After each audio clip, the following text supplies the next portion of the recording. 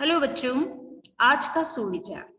शिक्षा सबसे शक्तिशाली हथियार है जिसका उपयोग आप दुनिया को बदलने के लिए कर सकते हैं। इस सुविचार को आप अपनी कॉपी में लिखेंगे और आज के कार्य को शुरू करेंगे। पाठ 7, साथी हाथ बढ़ाना, प्रश्नोत्तर। गीत से प्रश्न 1 है, इस गीत की किन पंक्तियों को तुम अपने आसपास की जिंदगी में घटते हुए देख सकते हैं?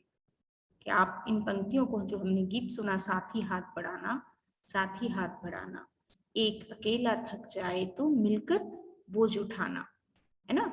ये कविता, ये गीत हमने पढ़ा बच्चों, उसका भावार्थ भी हमने समझा। इन पंक्तियों को हम अपने आसपास की जिंदगी में कहाँ देख सकते हैं?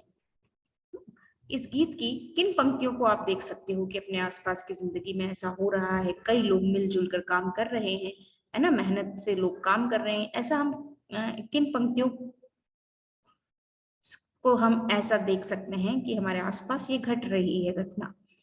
इस गीत की निम्नलिखित पंक्तियों को हम अपने आसपास की जिंदगी में घटते हुए देख सकते हैं। साथी हाथ बढ़ाना, एक अकेला थक जाएगा मिलकर बोझ उठाना, साथी हाथ बढ़ाना। हम मेहनत वालों ने जब भी मिलकर कदम बढ़ाया, सागर ने रास्ता छोड़ा, पर्वत ने शीश झुकाया।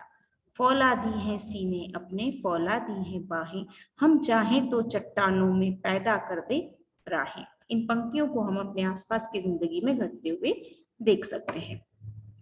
प्रश्न 2 है, सागर ने रास्ता छोड़ा, पर्वत ने शीश झुकाया, साहिर ने ऐसा क्यों कहा है? लिखिए। उत्तर, साहिर लुधियानवी जी ने ऐसा इसलिए कहा क्योंकि एक साथ मिलकर काम करने से बड़ी बाधाओं में भी रास्ता निकल आता है, यानी काम आसान हो जाता है।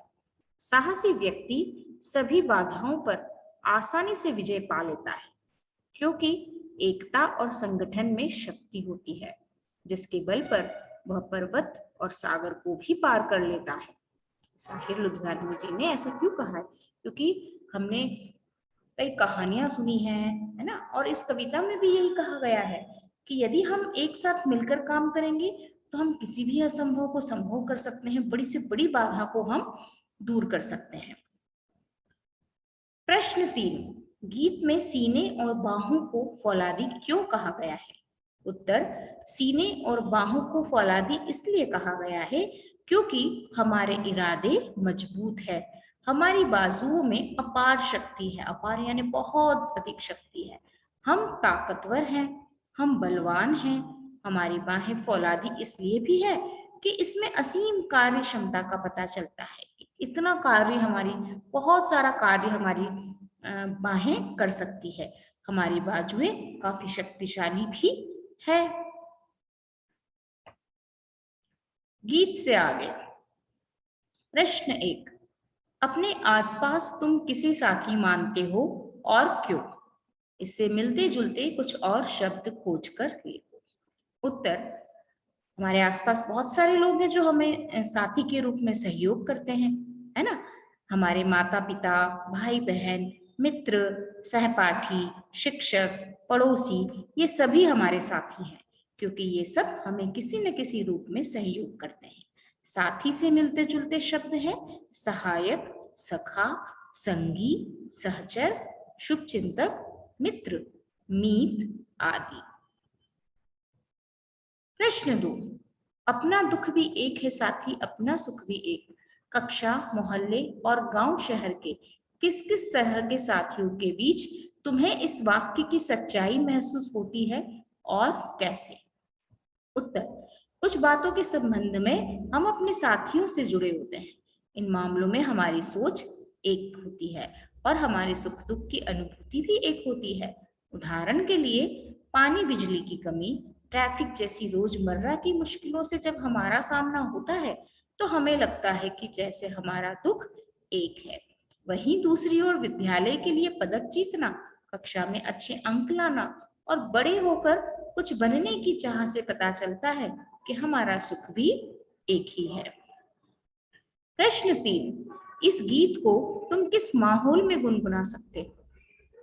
उत्तर, इस गीत को स्वतंत्रता दिवस, गणतंत्र दिवस या किसी संगठन की स्थापना के अवसर पर गा सकते हैं। खेल के मैदान में भी यह गीत खिलाड़ियों में जोश पैदा कर सकता है। वैसे तो यह गीत कभी भी गुनगुनाया जा सकता है, पर विशेषकर जब सहयोग और संगठन की शक्ति बतानी हो, तब यह गीत महत्व रखता है। हम तो हर माहौल में गुनगुना सकते हैं ना, जब हमारा मन कहे तब हम गुनगुना सकते हैं, क्योंकि हमें हमेशा इस गाने से प्रेरणा मिलती है ना, तो हम इस गाने को कभी भी गुनगुना सकते हैं। प्रश्न 4, एक अकेला थक जाएगा मिलकर बोझ उठाना। तुम अपने घर में इस बात का ध्यान कैसे रख सकते हो? पापा के काम और माँ के काम क्या क्या है? क्या वे एक दूसरे का हाथ बटाते हैं? आपको बच्चों इसका उत्तर स्वयं लिखना है कि आप एक अकेला थक जाएगा मिलकर बोझ उठाना, इस बात का ध्यान कैसे रखते हो, है ना? पापा के काम क्या है, मम्मी के काम क्या क्या है, क्या वे दोनों एक दूसरे का हाथ बटाते हैं, नहीं बटाते? ये उत्तर आप स्वयं लिखेंगे बच्चों। प्रश्न 5, यदि तुमने नया दौर फिल्म देखी है तो बताओ कि यह गीत फिल्म में कहानी के किस मोड़ पर आता है। यदि तुमने फिल्म नहीं देखी है तो फिल्म देखो और बताओ। अब इसके लिए तो फिल्म देखनी पड़ेगी ना, तो फिल्म देखना जरूरी नहीं है, आप गाना देख सकते हैं। नया दौर फिल्म में जब कच्ची सड़क को पक्का करने के लिए सब मिलजुल कर काम करते हैं, तब यह गीत आता है। यह गीत उनके सहयोग, उत्साह और जोश को प्रदर्शित करता है। तो बच्चों, इन सभी प्रश्नों के उत्तर आप अपनी कॉपी में लिखेंगे, और इसके अलावा अतिरिक्त प्रश्न हैं और कुछ भाषा ज्ञान के प्रश्न हैं, उन्हें हम करेंगे। पहले आप इन प्रश्नों के उत्तर अपनी कॉपी में करें।